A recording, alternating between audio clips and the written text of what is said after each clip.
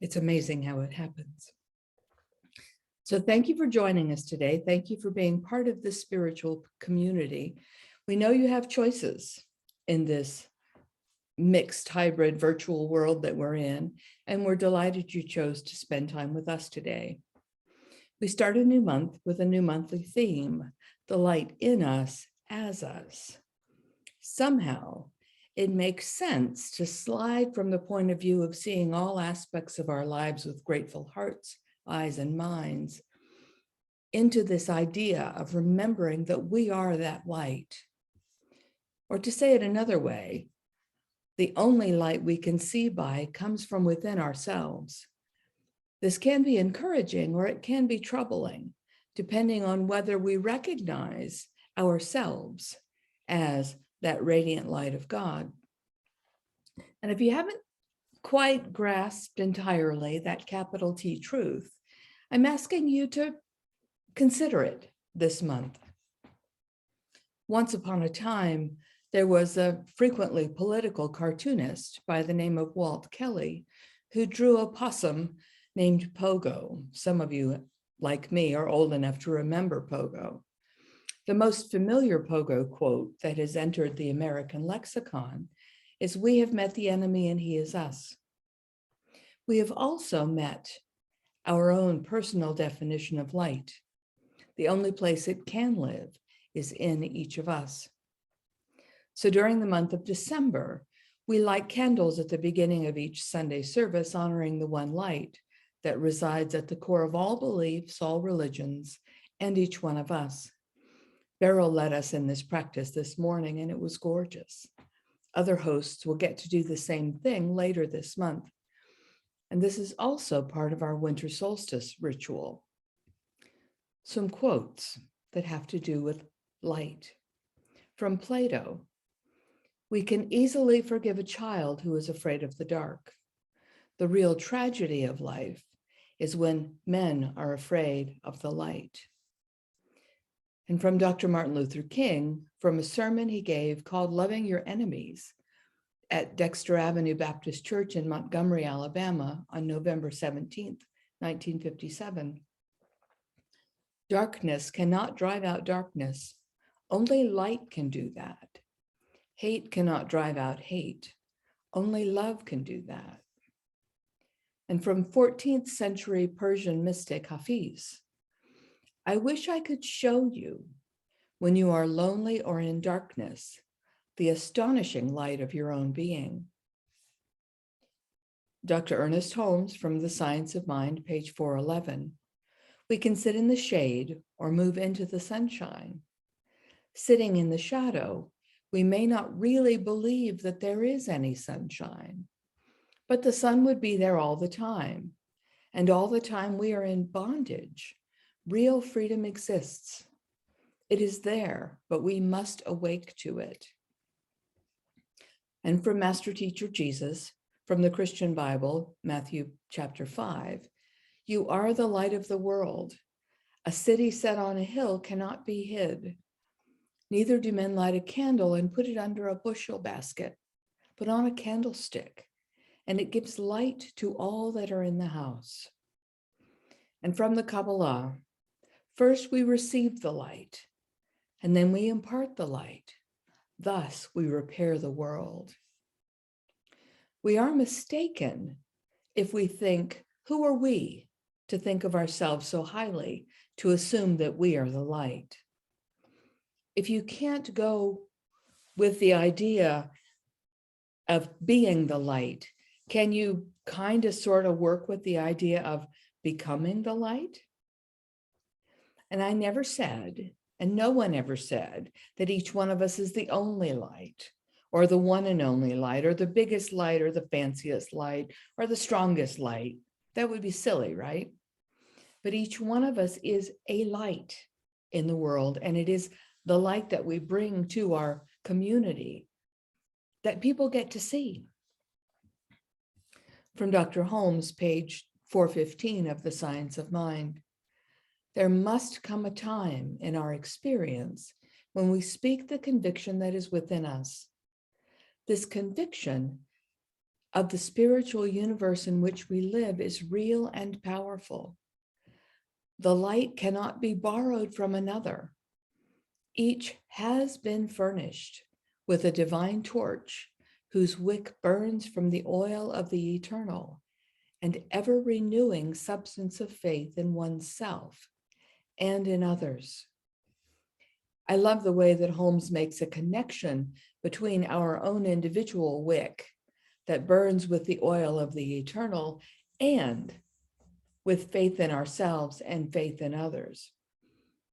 It's easy to forget and think that it's only one thing, when actually it's all together, and it's the eternal, and it's ourselves, and it's others. And this reminded me when I was working on this talk the other day that we are nearing the end of Hanukkah, the festival of rededication of the temple, and that the light of the candelabra at the altar didn't go out for 8 days, even though there was technically only enough consecrated oil for one night. In the big picture, Hanukkah celebrates the ultimate triumph of light over darkness and of spirituality over materiality. This is something we know and we forget, and we get to be reminded and step into this capital T truth of the light as us. So there's a story that's told by author Elizabeth Gilbert. It's a fabulous story. She wrote, "Some years ago, I was stuck on a crosstown bus in New York City during rush hour. Traffic was barely moving. The bus was filled with cold, tired people who were deeply irritated at each other and with the world itself. 2 men barked at each other and a shove that might or might not have been intentional. A pregnant woman got on and nobody offered her a seat. Rage was in the air. No mercy was to be found.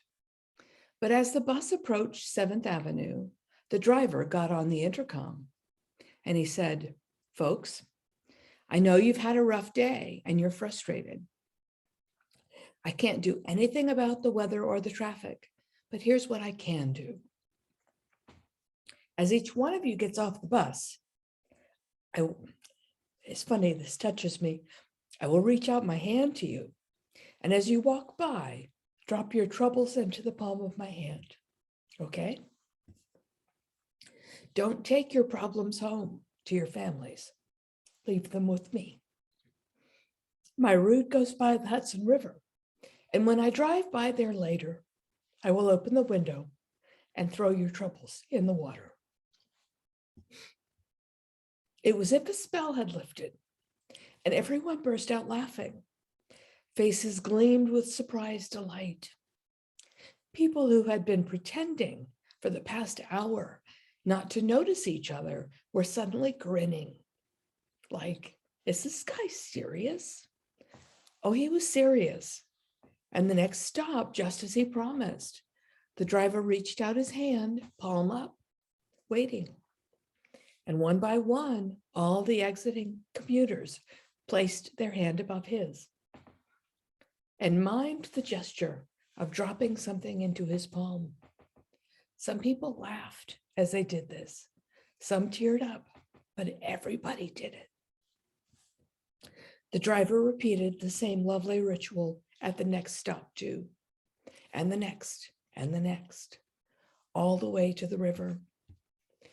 We live in a hard world. Sometimes it's extra difficult to be a human being. Sometimes you have a bad day. Sometimes you have a bad day that lasts for several years. You struggle and fail. You lose jobs, money, friends, faith, love. You witness horrible events unfolding in the news. You become fearful and withdrawn. There are times when everything seems cloaked in darkness. You long for the light, but don't know where to find it. But what if you are the light? What if you are the very agent of illumination that a dark situation begs for? That's what the bus driver taught me. Anybody can be the light for any moment. This guy wasn't some big power player. He wasn't a spiritual leader. He wasn't some media savvy influencer. He was a bus driver, one of society's most invisible workers. But he possessed real power, and he used it beautifully for our benefit. So when life feels especially grim, or when I feel particularly powerless in the face of the world's trouble, I think of this man and I ask myself, what can I do right now to be the light? Of course, I can't personally end all wars or solve global warming or transform vexed people into entirely different creatures. I definitely can't control traffic, but I do have some influence on everyone I brush up against, even if we never speak or never learn each other's name. No matter who you are or where you are, or how mundane or tough your situation may be, I believe you can illumine your world. In fact, I believe this is the only way the world will ever be illumined, one bright act of grace at a time, all the way to the river. Isn't that an amazing story? So last week, those in our Beyond Gratitude class experienced part of a video by Buddhist meditation leader Tara Brach, talking about embodying the feeling of appreciation, which is her preferred word for gratitude or gratefulness. The link for that video was also in last week's newsletter. What was she talking about? The act of intentionally noticing when we have a feeling of gratefulness and taking between 5 or 10 breaths to install that feeling of gratefulness, of gratitude in our bodies. And it's when we do that, we actually have a chance of shifting our default point of view from whatever it was to living in a state of gratitude, feeling and living in that heart space, that light space that allows us to be that light of the divine presence in us and as us, and have it show up when we show up more easily. Interestingly, she got the practice of installing gratitude from Dr. Rick Hanson. We studied Dr. Rick's book back in June of this past year. So what does it take for each one of us to know that we are the light? My niece, I've talked about her before, is the mother of 2 just barely preteen kids. Earlier this week on Facebook, she posted a TikTok video made by a young man. He's maybe 17. His name is Will Elliott. He claims to be a life coach for teens and their parents. This killed me. He has over 267,000 followers and almost 1 million likes. This is blows my mind. And this is great news because he's talking with kids and their parents about the futility of comparing themselves to others and recognizing the value of their own lives and their own right to be. He speaks about building presence. He speaks about self-awareness and self-confidence, and not presenting a face of superiority to cover some internal dialogue of unworthiness, but instead focusing on seeing their worthwhileness, which allows them to live the life they choose. I would have loved to have heard something like this when I was a teenager. Well, TikTok didn't exist yet, and I wouldn't have known about it anyway. So I want to close with the lyrics from another light song that I very much appreciate, India Ari's I Am Light. You'll know this one as well. I am light. I am not the things my family did. I am not the voices in my head. I am not the pieces of brokenness inside. I am light. I'm not the mistakes I have made or any of the things that have caused me pain. I'm not the pieces of the dream I left behind. I am light. I am not the color of my eyes. I'm not the skin on the outside. I'm not my age. I'm not my race. My soul inside is all light. I am divinity divined. I am the God on the inside. I am a star. I am a piece of it all. I am light. Each of us is this light. Each of us is all of the light we can imagine, that we radiate out, that we share, that we express, and that we experience, because we can't really see it unless we are it. And so in the being, in the practice, in the doing of being this light to the world, we experience it, we shine. And in doing that, we bless ourselves and bless each other. Thank you. So I want to roll right into the prayer.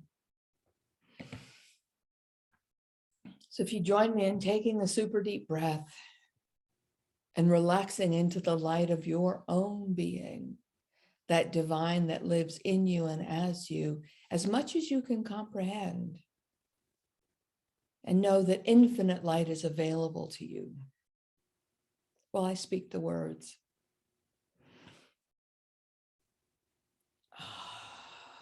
I rest in the light of God.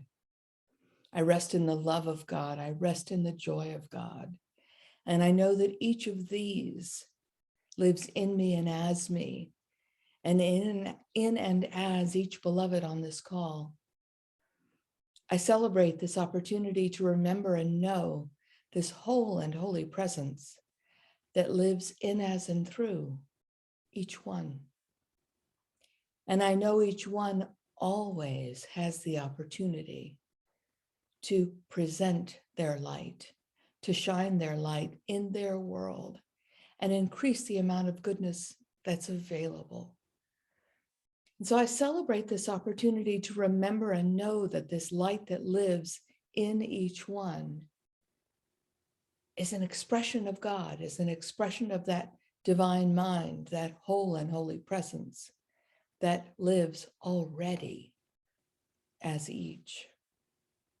So I relax into that, and I know the gift already is given, and I recognize I am the lucky recipient, and so is everyone else. Each one of us has that light essence as our core, and each one has the opportunity to experience and express that light to the fullness that they choose. So I celebrate this gift of light, this gift of love, this gift of joy, and I recognize that radiance that already lives in and as and through each one. In joy and delight, I relax into this goodness and I let it be. And so it is.